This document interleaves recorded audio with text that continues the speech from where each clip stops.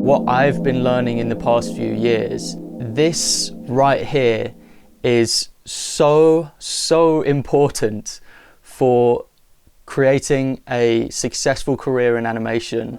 So pay attention.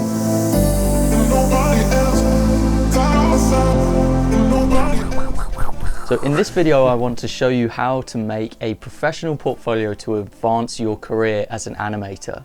Making a website. This is the key to creating a lasting impression, presenting your work in the best possible light, and ultimately the key to having work offers come to you instead of you having to chase them around on the internet, spending all your time doing that when you should be making artwork. This video is sponsored by Wix. Wix have the most powerful website editing tools that I've ever come across. I've used their website builder to create websites for clients and for personal use. So when they offered to sponsor this video, it was a no-brainer for me. So if you guys are interested in making a website to call your own, then you can go to wix.com/go/Howard. The link to that will be in the description. And to demonstrate the Wix website builder, I remade my old portfolio website using their builder.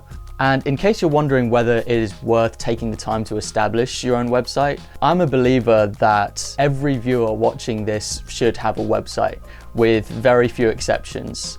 Why?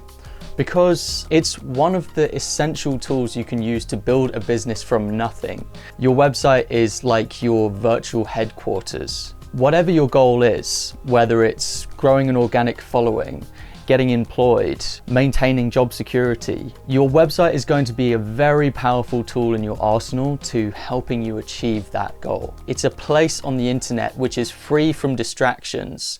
There's no sidebar showing other people's work, saying, hey, look at me, look at this other person's work. You know, there's none of that. It's just your work on the website.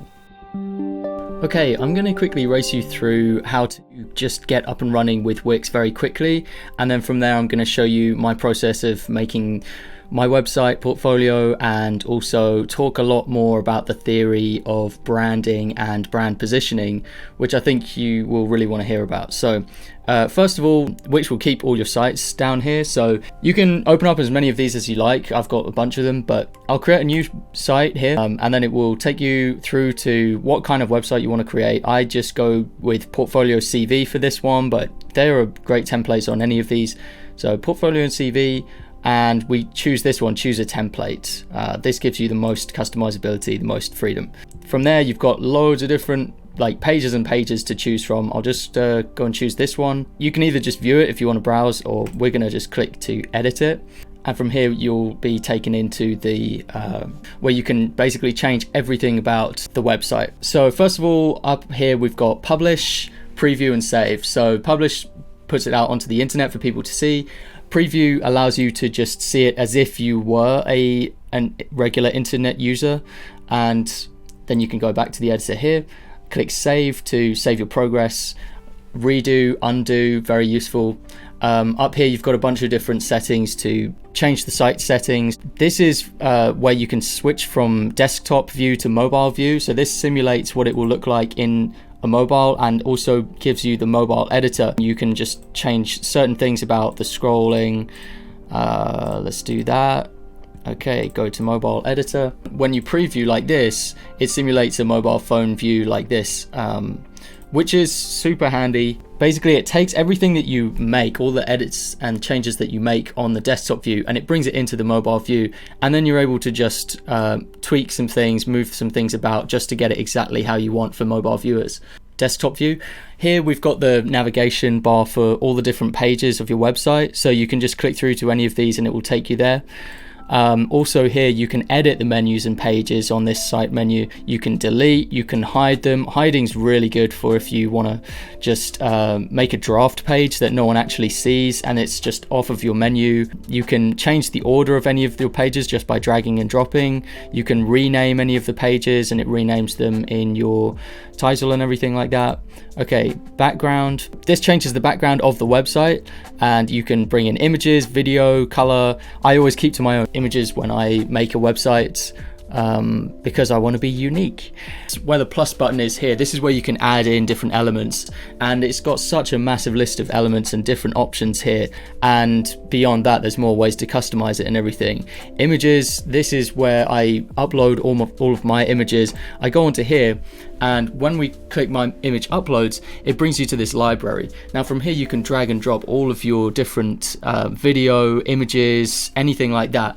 You drag and drop in your files, and then it saves them into this library, so you don't have to ever import the same image twice. If you were using it on different pages, you can just bring it into here. You can upload multiple images at once and things like that. It's very useful. On top of that, they've just got a bunch of different presets. Like here I'm on lists and grids, and these are just presets that are already designed, and they just give you a bunch of different ideas for what you can do with your website. Along this side, on this right hand side, this is just for where you can align things. You're always going to be wanting to align different things. You're going to want to make sure that your title is in the middle, so you just align to center. Whenever you click on any element on your screen, you've got this floating menu bar that kind of follows you around whenever you click, and this is where you get to fiddle with the settings of whatever it is you're making. Like here is a gallery, like a gallery of images. We can just switch to any of these, and it will just change it to different options, give us slideshows and things. Very, very useful. So I really love this. But yeah, that's basically a quick summary of how this space works. It's super intuitive and very powerful. Now with that out of the way, I'm gonna show you some sped up footage as a demonstration for how I made my website. Start off with the home page. It had this gallery in there, and I liked the minimal design, but obviously it had all these stock images which I just deleted out. I brought in an embedded Vimeo clip of my show reel, and I just wanted that to be at the front and center so that it's basically impossible to miss. I wanted the header at the top with my name and logo and the different pages. At this time I was also changing some of the defaults, like the default font settings and the default colors. I have a lot of features I want to talk about for Wix, but I've boiled it down to 3 of my favorite features. So first feature, in my process I want to try a lot of things and see how they look before committing to a decision. And in Wix you can edit a template entirely into your new website before committing to anything official. In my dashboard I've saved a bunch of half-made website ideas which Wix just lets me keep for later, for when I might want to finish it up and launch it. And this feels so liberating. I'm someone who likes to create a lot of different iterations of something, a lot of different ideas, and it's just so liberating to feel like I can make as many versions of this as I want. The second feature is their built-in mobile editor. So much web traffic these days comes from mobile. Wix automatically makes a mobile version of your website, and then you can go in there and fine tweak it, adjust things to how you like them to optimize the mobile experience. The third is customizability. Basically anything you can see, you can change. You can upload your favorite typefaces, you can change the default colors, you can embed custom code, and much, much more. You'll be able to see in this video that I started with the template. I stripped everything out of that website and changed it to be my own.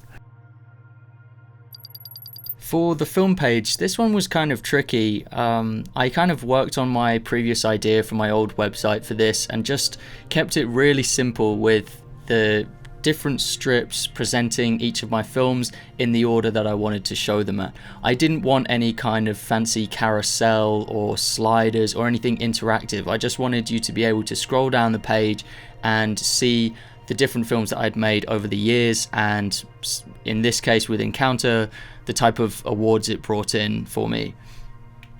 I later got the idea to actually create a button which would go to its own individual page. So like for Encounter, Encounter would have its own page where you could see the making of featurette of the film, I guess you could call it, where you can see how it was made and some behind the scenes, maybe some behind the scenes artwork, some designs and things like that. But I didn't have time to finish all of them for all of the videos in this video, so it's going to be a work in progress for that. And then after my original films, down at the bottom, I had a few different examples of client work that I'd made.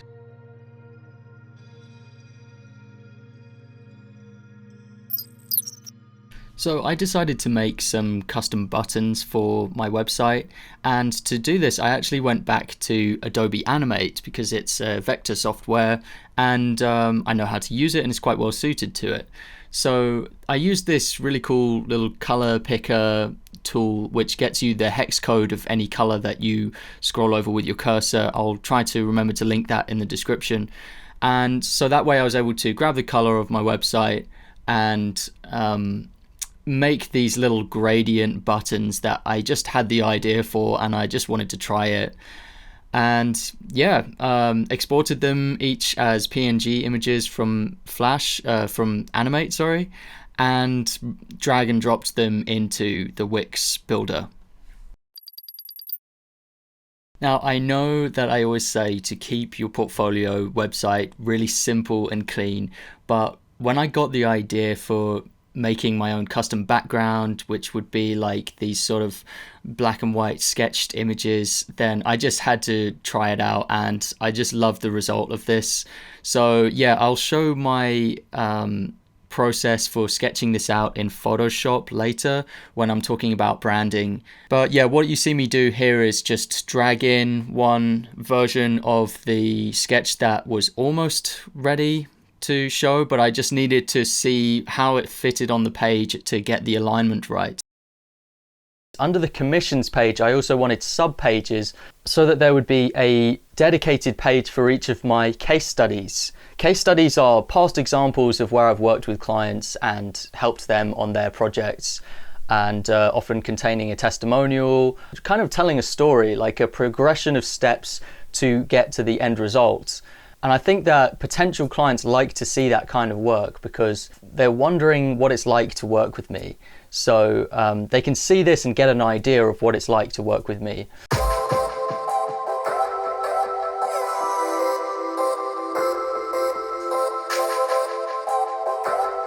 Containing testimonials from my clients, from my past clients, is another way of helping me get this social proof.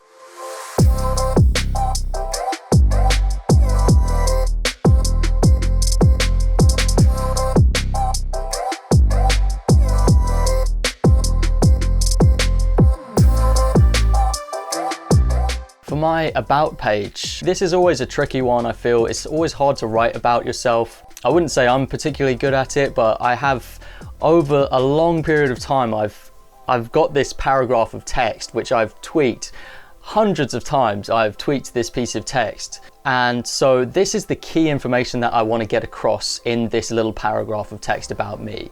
First of all, my films have won awards, so I'm an award-winning filmmaker. I specialize in 2D animation. I have experience making visuals for a variety of clients of all different shapes and sizes and backgrounds. I have a Bachelor of Arts degree in animation. I'm based in London and I have a YouTube channel with a significant following. And yeah, with these points, they're all things that I feel might appeal to potential clients. I also added a photograph of myself to this page, and I think it's really important for visitors to the site to feel like they're interacting with a real person and not just a faceless entity. I think people feel more at ease interacting with a real human, someone they can see has a face and a name and an identity. Yeah, so this background, I started off with this sketch that I made in Photoshop a while back that I just didn't have the use for with anything, but I thought it was a pretty cool image of a skater doing a kickflip, and I just sort of put that in the corner, and I figured, like, I want two things kind of coming in on the sides. The idea of it was kind of like, you know, like a picture frame is like, you can have a nice decorative picture frame. I just thought it could lend itself quite well to the geometric shapes of the text and things. For inspirations for this sketch, I was quite inspired by, there were four big names that I was inspired by: James Jean, Aubrey Beardsley, Alphonse Mucha, and Michelangelo. So a little bit of Baroque and a lot of Art Nouveau and illustration ideas. Of course, it doesn't live up to any of those names. Those are great artists, but those are the kind of people I wanted to channel into this sketch. I mean, it is kind of a big deal because it's the first impression that someone gets when they come to the website, so it has to have some level of quality to it, I guess, and also it has to kind of reflect my personality and my art style. So it was actually quite a big deal to think about what to animate for this, but I just wanted to keep it flowing and give it this energy that you get from just spontaneous ideas. While this sketch is playing out, I want to talk a little bit about branding and brand positioning. First of all, what is branding? Branding is a person's gut feeling about your business or about you as a person, how you can cultivate that and how you can change it. I know a lot of you are trying to do a similar thing, that you're trying to create a career from animation. What I'm about to say is kind of like what I've been learning in the past few years, and this right here is so important for creating a successful career in animation. So pay attention. I'm going to first talk about branding from the point of view of the client. So we imagine there's a client, they're online looking for someone to make their projects. They have an idea for an animation, they don't have the skill themselves to create the animation. They do have the money to fund an animator to create it. Okay, so they start off, they're on the internet. Let's start at the very low level. The cheapest work you can probably find is on Fiverr. They have very cheap prices, you will be able to find animators, and on the whole, they make terrible animations. I'm just going to say it. They put no research in because it's so low cost. They have a template and then they just type in your words, or they just drag and drop things. Yeah, you don't pay much, but you also don't get a very good product. That's not the kind of image you want. You want something that's high grade. A little bit higher up from that lowest level is maybe a freelancer website like Upwork, where you can hire freelancers to do a multitude of things. Now, Upwork is okay. You can pay an animator by the hour to make your animation. Typically, you won't find the best of the best on Upwork. You will find people who are struggling to get themselves known, get themselves out there. People aren't talking about them, people aren't sharing them. That being said, you do find some good professionals on there. It can be a bit of an ordeal to try and hire them, but you can do it. So maybe higher up from that, you might go onto Instagram or maybe Twitter, one of these social media sites, maybe Tumblr. Now you're finding these really promising, maybe animation students, or maybe a little bit up from animation students, and they're posting little clips, like 3 to 5 second little animation clips, and then some artwork, you know, some portraits and things like that. And they're growing a following. And you think, okay, yeah, maybe I'll hire one of them. Now you have this concern because the animation you want produced is maybe 1 minute to 2 minutes long, and there's no evidence with that animator that they are able to handle a project of that size, because all they've been posting is like 3 to 5 second long little animation tests, and it's not very reassuring that that's all they've been posting. So you're taking a risk, you're rolling the dice, and if you hire a student, the thing with students is they're very unreliable. Let's say it comes to exam season or something, or they have an assignment.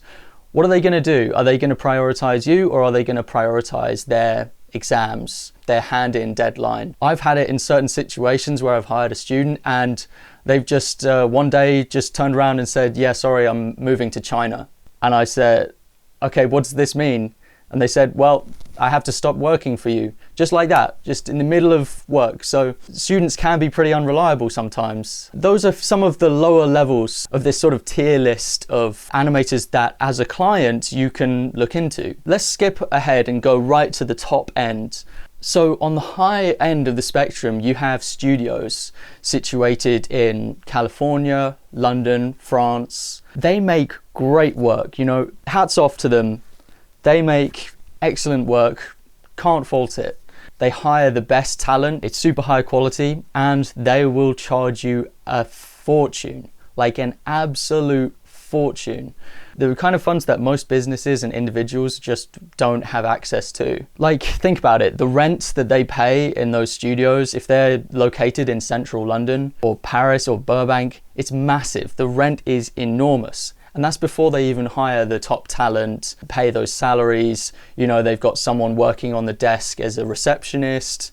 They've got a lot of overheads they need to pay, and you're paying for that. You are paying for those overheads. And personally, I think their style can be great, but a lot of the time they have corporate clients, and so they're conditioned to make very polite corporate work which lacks artistic expression. That's just my feeling about it. That's personally how I feel. Maybe you want that as a corporation, maybe that's perfect for you, but I think for a lot of other people, you want something that's expressive, you know? Okay, so I've explored the low end quite a lot. I've explored the high end. So where do I fit in with this personally? So I think I fit somewhere in between. I want to establish myself as someone who's above student level, definitely above student level, and above the level of Odesk, Upwork. So I'm fitting nicely in that pocket. You can see that there's a lot of space between someone who's on Upwork and a London-based studio. There's a lot of room there.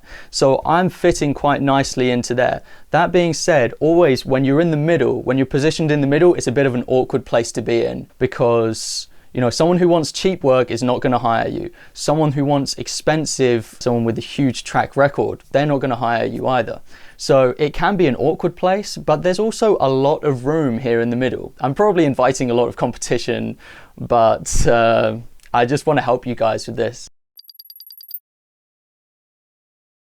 So what I strive to brand myself as, this is going to sound a little bit pretentious. I know, just bear with me.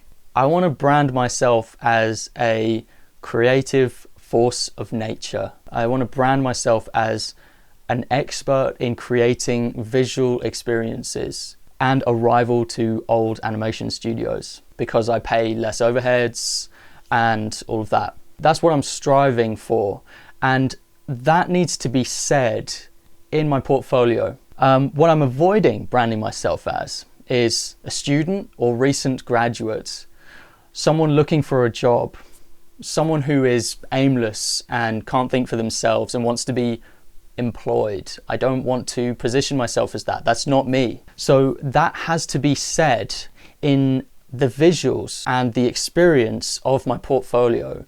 I focus on experience, that audio visual experience where you can lose yourself in a different world. You see how that's a step up? That's a big step up from a student where they're going to be worried about the technical things. They're going to be stressing over, like, you know, the timing and spacing. I'm a little bit past that, I gotta say. I'm not trying to toot my own horn, but like, this is what I'm trying to do. I'm a little bit past that, and I'm focusing on it as an experience. It's a big difference. So there are small things you can do. This can be reflected in the wording as well as the visuals. So for the wording on my website, I will avoid using words like portfolio, even though this is a video about portfolios, CV, resume, job, employment. These are words that an employee will use, and I'm not trying to be that. If you, as a client, decide to hire me, you're kind of taking on a creative partner, you know, someone who can execute on your ideas, but also someone who has a lot of creativity of their own. So it's more than just hiring an employee. Also in the portfolio, I try to create an experience for you. For example, in the show reel, I have cinematic music behind it, which kind of carries it all and gives it this quite epic feeling. It could even make the hair stand up on the back of your neck. In the editing, I try to edit it, all the footage, so that it flows together, creates one seamless experience across different projects. They all have a similar kind of the Howard Wimshurst experience. This is cringy, but I got to explain it somehow. I'm not putting in line tests. Like so many animators I know, they just end it at pencil tests, and that's because they're true animators. Like they are only concerned with the way something moves. They're not concerned really with the experience. They are just looking to make it move, and that's why they finish at the pencil test. I have very few pencil tests in my portfolio. It's all finished work. It's all rendered out with color and compositing to look how it's meant to look at the end. So if you work with me, you are partnering with someone who has experience and someone who has vision. A lot of the time, the creative briefs that I get from clients, they have a lot of holes in them where it's like, okay, but what goes there? Like, or, yeah, but you haven't thought about where this is set or who the other three characters are. Because I have creative vision, I fill in the gaps. I can envision it and fill in those gaps for myself and create something that is better than what the client could have imagined. Is better than what the client could have imagined. So that's kind of what I'm trying to say with mine. Yours might be different. Maybe you're aiming to get into a studio, in which case you need to design your portfolio to be slightly different. Change the wording a little bit, change how you approach it. Maybe you have less work to show for yourself, in which case you've got to do what you can with what you've got.